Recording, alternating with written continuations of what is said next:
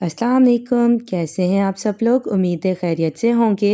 अल्लाह आपको खुश व आबाद रखे, आमीन। रमज़ान का 27वां रोज़ा आप सबको बहुत बहुत मुबारक हो। रमज़ान स्पेशल सीरीज़ में आज मैं आपके लिए लेकर आई हूँ रमज़ान में वायरल होने वाली चिकन डायनामाइट कोन। आज हम घर पर ही ये चिकन डायनामाइट कोन बनाएंगे। ये इतनी क्रिस्पी और क्रीमी स्नैक्स हैं। चलिए तो रेसिपी स्टार्ट करते हैं। चिकन डायनामाइट कोन बनाने के लिए हमने चिकन लिया है आधा किलो बोनलेस। 1 चम्मच हम इसमें लहसुन अदरक का पेस्ट डालेंगे। 1.5 से 2 चम्मच हम इसमें शहद के लेंगे और 1 ढक्कन हमने सोया सॉस का लिया है।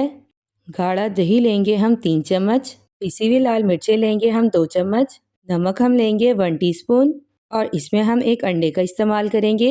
सबसे पहले चिकन को हम प्लेट से बाउल के अंदर शिफ्ट कर लेंगे ताकि हम इजीली चिकन के अंदर स्पाइसेस लगा सकें और इसे मैरिनेट कर सकें। हमने आधा किलो बोनलेस चिकन लेना है और चिकन को हमने छोटी बोटियों में कट कर लेना है। नेशनल वाले सोया सॉस का 1 ढक्कन भरकर मैंने इसके अंदर ऐड कर दिया है। आपके पास सोया सॉस जिस भी ब्रांड का हो आप वो यूज़ कर सकते हैं। और अगर आप चम्मच की मदद से क्वांटिटी को मैयर कर रहे हैं तो आपने 2 चम्मच सोया सॉस के लेने हैं। अब हम इसके अंदर नमक ऐड कर देंगे। मैंने 1 टीस्पून नमक लिया है, वो मैंने इसमें ऐड कर दिया है। 2 टीस्पून हम इसमें पिसी हुई लाल मिर्चें ऐड कर देंगे। मैंने यहाँ टेबल स्पून लिया है जो कि तकरीबन 1.5 चम्मच बनता है। 1 चम्मच हम इसमें लहसुन अदरक का पेस्ट ऐड कर देंगे। हमने यहाँ फ्रेश लहसुन अदरक का पेस्ट डालना है क्योंकि फ्रेश लहसुन अदरक का पेस्ट जब आप कूट कर डालेंगे तो उससे टेस्ट बहुत ज़्यादा अच्छा आएगा। 3 चम्मच मैं इसमें गाढ़ी दही डाल रही हूँ। मैंने दही को पहले 10 मिनट तक मलमल के कपड़े के ऊपर रखा था ताकि दही में जितना भी एक्स्ट्रा पानी है वो निकल जाए। अब हम 1 पिंच इसमें फूड कलर का ऐड करेंगे। फूड कलर डालने से फ्राई होने के बाद चिकन का बहुत अच्छा सा कलर निकल कर आएगा। अंडे की शेल को मैंने तोड़ लिया है, ये मैं अंडा इसमें ऐड कर रही हूँ। अब हम हाथों की मदद से इसे अच्छे से मिक्स कर लेंगे। आप चाहें तो 2 चम्मच की मदद से भी इसे मिक्स कर सकते हैं, जैसे आप इजी हो। मैं हाथ की मदद से मिक्स करने में ज़्यादा इजी हूँ, इसलिए मैं हाथ से मिक्स कर रही हूँ। अगर आप हाथों की मदद से इसे मिक्स कर रहे हैं तो आपने पहले ग्लव्स पहन लेने हैं क्योंकि अगर आप ग्लव्स नहीं पहनेंगे तो आपके हाथों में मिर्चें लग जाएंगी। यहाँ मैं आपके साथ एक टिप शेयर कर रही हूँ कि जब भी आप कुकिंग कर रहे हैं, अगर आप टिक्के को मसाला लगा रहे हैं या फिश में मसाला लगा रहे हैं और आपके हाथों में अगर मिर्चें लग जाती हैं तो आपने फ़ौरन उसके ऊपर ठंडी दही लगा लेनी है और 10 मिनट तक आप हाथों पर ये दही लगा रहने दें। आपके हाथों पर जितनी भी जलन या रेडनेस हुई हुई है वो ख़त्म हो जाएगी और 10 मिनट बाद ठंडे पानी से आप हाथ धो लें। अब हम इसे फ्राई कर लेंगे। फ्राई करने के लिए मैं पैन के अंदर ऑयल ऐड कर रही हूँ। फ्लेम को हम ऑन कर देंगे। हमने इतना ऑयल लेना है कि हमारा चिकन जो है वो इजीली इसमें फ्राई हो जाए। चिकन को हमने 2 घंटे मैरिनेट होने के लिए फ्रीजर में रख दिया था ताकि सारे स्पाइसेस का टेस्ट चिकन में अच्छे से आ जाए। 2 घंटे बाद चिकन को हमने फ्रीजर से निकाला है और चिकन को फ्राई करने से पहले हम इसके अंदर आधा कप मैदा डालेंगे और 4 चम्मच हम इसमें कॉर्नफ्लोर के डालेंगे। अब जिस वक्त मैं इसके अंदर मैदा और कॉर्नफ्लोर डाल रही हूँ तो पहले मैंने यहाँ 6 चम्मच मैदे के निकाले थे और मैंने इसे जब मिक्स किया था तो मुझे फ़ील हुआ कि मैंने थोड़ा सा मैदा और डालना है ताकि ये अच्छे से मिक्स हो जाए और मसाला जो है वो सही से चिकन की बोटियों के ऊपर चिपका रहे। जैसे कि आप देख रहे हैं कि मैं इसे मिक्स कर रही हूँ और मुझे यहाँ फ़ील हो रहा है कि मैंने थोड़ा सा मैदा और डालना है, तो फिर मैंने इसमें थोड़ा सा मैदा और ऐड कर दिया था, यानी टोटल हमने आधा कप मैदा इसमें डाला है। अगर हम चिकन की बोटियों को अलग से उठा के मैदे और उसके अंदर कॉर्नफ्लोर की कोटिंग करें तो लास्ट में मसाला जो है बाउल के अंदर बच जाएगा और सारा चिकन फ्राई हो जाएगा और जब स्पाइसेस अच्छे से चिकन के साथ नहीं लगेंगे तो टेस्ट भी अच्छे से निकल कर नहीं आएगा। इसीलिए मैंने मैरिनेट हुए चिकन के बाउल के अंदर मैदा और कॉर्नफ्लोर ऐड कर दिया था। और अब हम चिकन को लेंगे और गर्म ऑयल के अंदर डाल देंगे।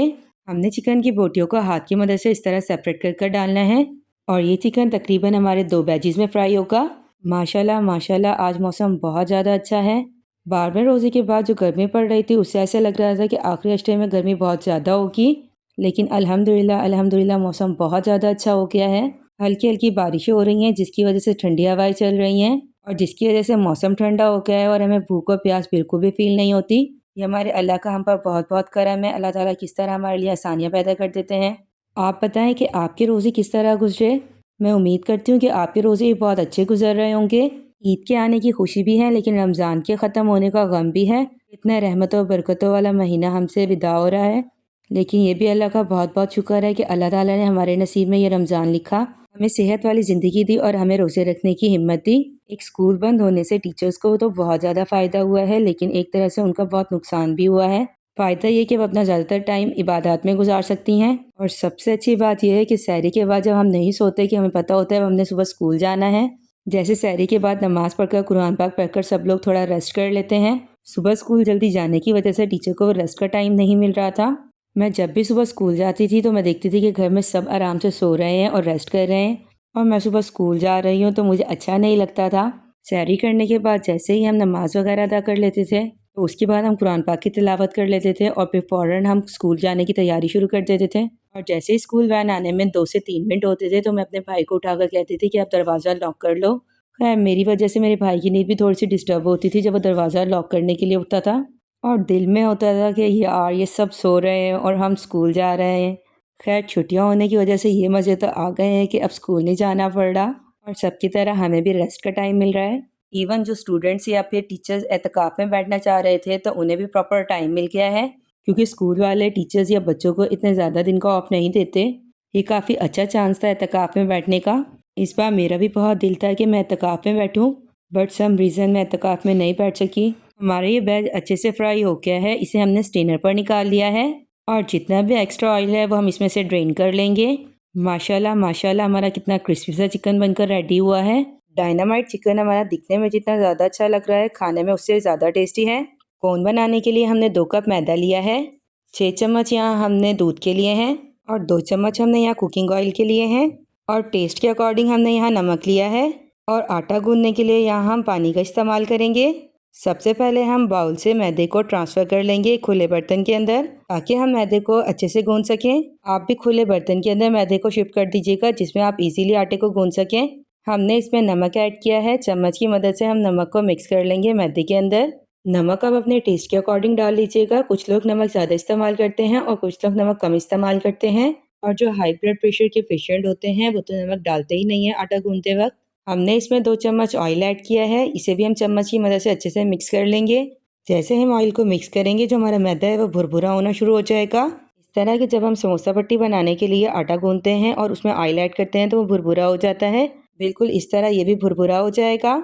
जैसे इसके अंदर ऑयल अच्छे से मिक्स हो जाएगा हम इसके अंदर दूध ऐड कर देंगे। हमने 5 से 6 चम्मच इसमें दूध ऐड करना है, और आपने इस बात का ख्याल रखना है कि दूध जो आपने लेना है वो रूम टेम्परेचर वाला हो, ना ज़्यादा ठंडा हो और ना ज़्यादा गर्म हो। दूध डालने के बाद हम हाथ की मदद से इसे अच्छे से मिक्स करेंगे। जैसे ही ये मिक्स हो जाएगा फिर हम थोड़ा थोड़ा करके इसमें पानी ऐड करेंगे और आटा गूंद लेंगे। पानी डालते वक्त हमने इस बात का ख्याल रखना है कि हमने एक साथ सारा पानी ऐड नहीं करना, क्योंकि हो सकता है अगर हम एक साथ पानी ऐड कर दें तो हमारा आटा जो है वो पतला हो जाए। इसीलिए आपने भी रिक्वायरमेंट के अकॉर्डिंग थोड़ा थोड़ा करके पानी ऐड करना है और आटा गूंदते जाना है। अक्सर ये आपने देखा होगा कि जो चीज़ आपको ला हासिल होती है उसे हासिल करने की आपके अंदर बहुत ज़्यादा चाह होती है। ला हासिल चीज़ के पीछे इंसान भागता है और हमेशा मलाल करता रहता है और हमेशा ये ख्वाहिश करता रहता है कि हमें ये चीज़ हासिल हो जाए। ला हासिल चीज़ जब इंसान को हासिल हो जाए तो उसकी कदर बहुत ज़्यादा होती है, या वो चीज़ जिसको हासिल करने के लिए आपने बहुत ज़्यादा एफ़र्ट की हो तो आप उसे बहुत ज़्यादा वैल्यू देते हैं, क्योंकि आपको उसकी कदर होती है कि आपने इसे हासिल करने के लिए बहुत ज़्यादा स्ट्रगल की है। और जो चीज़ इंसान को बहुत आसानी से मिल जाती है या मयसर हो जाती है, वो शख्स उस चीज़ की वैल्यू अपनी लाइफ में ज़ीरो कर देता है। उसके लिए ये एक नॉर्मल बात होती है, उसे लगता है कि मेरे नसीब में ये चीज़ थी और मुझे मिल गई, क्योंकि ना उस चीज़ को हासिल करने के लिए उसने एफर्ट्स की ना स्ट्रगल की, तो इसीलिए वो फॉर ग्रांटेड लेता है उस चीज़ को। लेकिन शायद वो ये भूल जाते हैं कि अगर आप अल्लाह की दी हुई नेमतों का शुक्र अदा नहीं करोगे और इस चीज़ की आप कदर नहीं करेंगे तो अल्लाह ताला आपसे वो चीज़ वापस भी ले सकते हैं। और जिस तरह आपने देखा होगा कि जो लोग रिस्क की कदर करते हैं, रिस्क का एहतराम करते हैं और अपने अल्लाह का शुक्र अदा करते हैं तो अल्लाह ताला उनके रिस्क में और इजाफा कर देते हैं। और जबकि वो लोग जो नाशुक्री करते हैं और रिस्क की कदर नहीं करते तो अल्लाह ताला उनको रिस्क भी उनके मुताबिक ही देते हैं, उनकी ज़रूरत के मुताबिक ही उन्हें रिस्क दिया जाता है, क्योंकि वो रिस्क की बेकदरी करते हैं। और रिस्क की कदर करने वालों को अल्लाह ताला खुश होकर बहुत ज़्यादा रिस्क देते हैं और उनकी ज़रूरत और ख्वाहिशात से कई गुना ज़्यादा बढ़कर अल्लाह ताला उन्हें देते हैं, ताकि वो इस रिस्क से और लोगों की भी मदद कर सकें। मैदा जो है हमारा सही से बाइंडिंग फॉर्म में आ गया है और हमने हाथ की मदद से इसे अच्छे से गूंद लिया है और हमारी सॉफ्ट सी डो रेडी हो गई है। अब हम इसे बाउल के अंदर शिफ्ट कर देंगे और हाथ की मदद से हम इसे बाउल की शेप के अकॉर्डिंग कर लेंगे। अब हमने इसके ऊपर थोड़ा सा कुकिंग ऑयल लगा लेना है, ताकि हम डो को जब रेस्ट देंगे तो इसकी ऊपर वाली लेयर जो है वो सख्त ना हो। अगर हम ऑयल नहीं लगाते तो ऊपर वाली लेयर जो है वो थोड़ी सख्त हो जाती है और वो ज़ाया हो जाती है। सॉस रेडी करने के लिए मैंने चिली गार्लिक टमाटो केचप ली है। इसमें हम मायोनीज़ का यूज़ करेंगे, हम रेड चिली फ्लेक्स का यूज़ करेंगे और हम यहाँ चिली सॉस का इस्तेमाल करेंगे। 2 चम्मच हम यहाँ शहद का इस्तेमाल करेंगे और चॉप हुए हुए हम यहाँ लहसुन लेंगे। बाउल के अंदर हम आधा कप केचप का ऐड करेंगे। मैंने यहाँ चिली गार्लिक फ्लेवर लिया है केचप का। अगर आपके पास टमाटो केचप है तो आप वो भी ले सकते हैं। अब जितनी हमने केचप डाली है उसका हाफ हम मायोनीज डालेंगे। अगर आप यहाँ ड्रेसिंग वाली मायोनीज यूज़ करेंगे तो वो ज़्यादा बेस्ट रहेगा क्योंकि वो कॉस्ट एफिशिएंट होती है। अभी मेरे पास ड्रेसिंग वाली मायोनीज अवेलेबल नहीं है, इसलिए मैं ये ऐड कर रही हूँ इसके अंदर। ये वाली मायोनीज थोड़ी एक्सपेंसिव होती है ड्रेसिंग वाली मायोनीज की निस्बत। जितनी हमने केचप ली थी उसकी हाफ मैंने मायोनीज ली है। अब मैं इसके अंदर रेड चिली फ्लेक्स ऐड कर दूंगी। अब हम इसके अंदर चॉप हुआ गार्लिक ऐड कर देंगे। गार्लिक से हमारे सॉस में काफ़ी अच्छा सा टेस्ट डेवलप होगा। हमने यहाँ केचप का रेड चिली गार्लिक फ्लेवर लिया था। इसके अंदर रेड चिली फ्लेक्स होते हैं। इसमें थोड़ा सा चॉप हुआ लहसुन भी होता है। अब हम इसके अंदर चिली सॉस ऐड कर रहे हैं। हम तकरीबन 2 चम्मच इसमें चिली सॉस ऐड करेंगे। और अब हम इसके अंदर हनी ऐड करेंगे और हनी भी हम इसमें 2 टेबल स्पून ऐड करेंगे।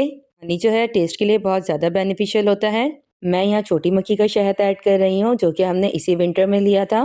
सर्दियों में आपके घर में शहद का होना लाजमी है कि जैसे ही वेदर की चेंजिंग आपके ऊपर इफेक्ट करती है आपको फ्लू और कफ हो जाता है। तो आप अगर शहद का यूज़ करेंगे डेली बेसिस पर तो आप जल्दी रिकवर हो जाएंगे। जो छोटी मक्खी का शहद होता है वो बड़ी मक्खी के शहद की निस्बत ज़्यादा महंगा होता है। चाहे तो आप छोटी मक्खी का शहद ले लें या बड़ी मक्खी का शहद ले लें, दोनों ही बहुत ज़्यादा बेनिफिशियल होते हैं। लेकिन अगर ये खालिश हो तो, क्योंकि मोस्टली जगहों पर शीरे और चीनी की मदद से शहद बनाया जाता है, उसके अंदर कुछ केमिकल्स डालकर उसे शहद के फॉर्म में कन्वर्ट कर दिया जाता है और वो शहद जब हम इस्तेमाल करते हैं तो वो हमारे हेल्थ के लिए हार्मफुल होता है और उसे खाने से हमें फ़ायदे के बजाय नुकसान होना शुरू हो जाता है। सॉस हमारी रेडी हो गई है। अब हम कोन बना लेंगे। कोन बनाने के लिए जो हमने आटा गूंदा था उससे तकरीबन हमारे 4 पेड़े बन जाएंगे और एक रोटी से हमारी 2 कोन बनकर रेडी होंगी। यानी 2 कप मैदे में हमारी 8 कोन बनकर रेडी हो जाएंगी। जिस तरह हम आटे का पेड़ा बनाते हैं इस तरह हमने इसका पेड़ा बना लिया है। अब हाथ की मदद से इसे थोड़ा सा प्रेस करेंगे। काउंटर के ऊपर हम थोड़ा सा मैदा डस्ट करेंगे ताकि ये नीचे न चिपके। अब हम इसे हाथों के फिंगर की मदद से राउंड फॉर्म में ले आएंगे और इसके साइज़ को थोड़ा सा बड़ा कर लेंगे। जिस तरह गंदम की रोटी बनाते वक्त हम पेड़ा बनाने की बात करते हैं, एज इट इज़ हमने वैसे ही करना है। और अब हम इसे रोलिंग पिन की मदद से रोल कर लेंगे। हमने इसे रोलिंग पिन की मदद से इतना रोल करना है कि ये बारीक हो जाए। और रोलिंग पिन की मदद से जब हम इसे रोल कर रहे होंगे तो हमने इस बात का ख्याल रखना है कि कहीं से रोटी मोटी ना हो और कहीं से पतली ना हो जाए, बल्कि हमने इसकी सारी साइडों से थिकनेस को इक्वल रखना है। आज के इस टाइम में एक अच्छी काम वाली मिलना भी बहुत ज़्यादा मुश्किल है, क्योंकि जैसे ही काम का बर्डन होता है तो वो काम वाली छुट्टियों पर चली जाती हैं और मैक्सिमम वो एक ही बहाना लगाती हैं कि डेथ हो गई है हमारी फैमिली में, या फिर एक ट्रस्ट वाली काम वाली मिलना आज के टाइम में एक नेमत से कम नहीं है। यानी उन पर फुली ट्रस्ट करना कि वो सही से आपके घर को मैनेज करेंगी, अपनी सारी ड्यूटीज़ को अच्छे से फुलफ़िल करेंगी। जैसे ही हमने घर की शिफ्टिंग की थी 3 साल पहले, तो जो हमारे पुराने घर वाली जो काम वाली थी हम उन्हीं को यहाँ लेकर आए थे। वो जो हमारी काम वाली आंटी थी उनके घर से हमारे घर का डिस्टेंस काफ़ी ज़्यादा था, तो हम उन्हें डेली बेसिस पर आने और जाने का किराया देते थे क्योंकि वो ट्रस्ट वाली थी। क्योंकि नई जगह पर हम किसी भी काम वाले पर जल्दी से ट्रस्ट नहीं कर सकते थे। उन आंटी को हमारे घर से अपना घर बहुत ज़्यादा दूर लगता था। 4 से 5 महीने तो उन्होंने काम कंटिन्यू रखा और फिर उन्होंने छोड़ दिया क्योंकि उनकी एक ही बेटी बची हुई थी जिसकी शादी होनी थी, जिसकी वजह से वो काम कर रही थी ताकि वो पैसे इकट्ठे करके उसका जहेज़ बना सकें। जैसे ही वो अपनी बेटी के फ़र्ज से फ़ारिग हुई तो कुछ दिनों बाद ही उन्होंने काम छोड़ दिया था। उन्होंने कहा कि बस अब मैं घर पर आराम करूँगी और जितना भी मेरे बहू बेटे मुझे खाने को देंगे बस उसी में ही मैं गुज़ारा कर लूँगी। उन्होंने कहा कि मैं अपने बेटों की रिस्पॉन्सिबिलिटी हूँ, अब उन्हें अपनी रिस्पॉन्सिबिलिटी फुलफ़िल करनी चाहिए और पहले मैं अपने बेटियों के फ़र्ज से फ़ारिग होने की वजह से काम कर रही थी और अब जो मेरी सारी बेटी अपने घरों की हो गई हैं तो अब मैं काम लेफ्ट कर दूँगी। फिर कुछ टाइम तक तो हमें बहुत ज़्यादा मसला हुआ। हमने चारों रोटियों को बेल कर सेक लिया है। ये बिल्कुल वैसे ही बने हैं जैसे टोर्टिला रैप बनती हैं। अब हम नाइफ़ की मदद से इसे दरमियान से कट कर लेंगे। 2 पीसेस में डिवाइड करने के बाद हम इसे एक दूसरे से सेपरेट कर लेंगे। अब हम एक साइड को लेंगे और उसके एक कॉर्नर को हम फोल्ड करना स्टार्ट करेंगे और इस तरह हम इसे फोल्ड करते करते लास्ट कॉर्नर तक ले आएंगे। हमने इसे बिल्कुल ऐसे ही फोल्ड करना है जैसे कि पान वाले पान को फोल्ड करते हैं।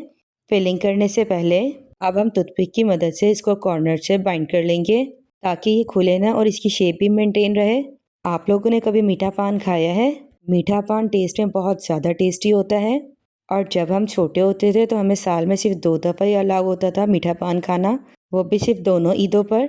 अगर आपकी गले में खराश हो रही हो और गले में दर्द हो तो आप पान वाले को कहकर मीठा पान बनवा लें और उसके अंदर मुलैठी डलवा लें। और आप अगर उन्हें रीज़न बताएंगे कि आप गले में खराश की वजह से मीठा पान खाना चाह रहे हैं, तो वो मीठे पान के अंदर मुलेठी डालकर आपको बहुत अच्छा सा पान बनाकर देगा। और 2 से 3 दफ़ा जब आप वो मीठा पान खाएंगे तो आपकी गले की खराश सही हो जाएगी। सारी कोन को इस तरह मिड से कट कर हमने फोल्ड कर लिया है और टूथपिक की मदद से इसे बाइंड कर हमने इसकी शेप को मेंटेन कर लिया है। हमने एक पैन लिया है और पैन के अंदर हमने ब्रश की मदद से ऑयल लगा लिया है। अब हम 2 बैचेस में कर अपनी कोन को फ्राई कर लेंगे जब तक इनके ऊपर अच्छा सा सुनहरी कलर ना आ जाए। 5 कोन को मैं पहले बैच में सेक लूँगी और बाकी की जो 3 कोन बची हैं उन्हें मैं दूसरे बैच में सेक लूँगी। किसी भी रिलेशनशिप में कम्युनिकेशन का होना बहुत ज़्यादा ज़रूरी है, चाहे वो रिलेशनशिप पेरेंट्स और बच्चों का हो, बहन भाई का रिलेशन है या एक हस्बैंड वाइफ का। जब तक कम्युनिकेशन आप करते रहेंगे तो आपकी अंडरस्टैंडिंग रहेगी, क्योंकि जब तक आप कम्युनिकेशन करते रहेंगे तो आपको पता रहेगा कि दूसरे बंदे को क्या बात अच्छी लग रही है, क्या बात है जो उसे अच्छी नहीं लग रही और उसे हर्ट कर रही है।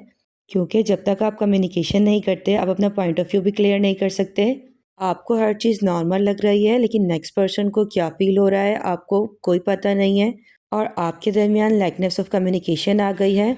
इससे रिलेशन ख़राब होते हैं, क्योंकि एक दिन एग्जॉस्टेड होकर दूसरे पर्सन ने जब बोलना है या कोई रिएक्शन देना है, आप तो सीधा कहेंगे कि हमारे दरमियान तो सब कुछ नॉर्मल था। ऐसा इसलिए होता है कि आपके दरमियान लैकनेस ऑफ कम्युनिकेशन है और आप एक दूसरे को अंडरस्टैंड ही नहीं करते। अल्हम्दुलिल्लाह मेरे पापा और हमारा रिलेशन बहुत अच्छा, बहुत स्ट्रॉन्ग हमारा बॉन्ड है। यानी हमारा जो पॉइंट ऑफ व्यू होता है हम इजीली अपने पापा के सामने बता सकते हैं। इसमें मेरे पापा ने बहुत ज़्यादा वर्क किया है, उन्होंने हमें फुल कॉन्फिडेंस दिया है। यानी जब भी हम स्कूल से आते थे या फिर यूनिवर्सिटी या कॉलेज से वापस आते थे तो वो हमारे साथ कुछ टाइम स्पेंड करते थे और हमसे हमारी डेली रूटीन के बारे में पूछते थे।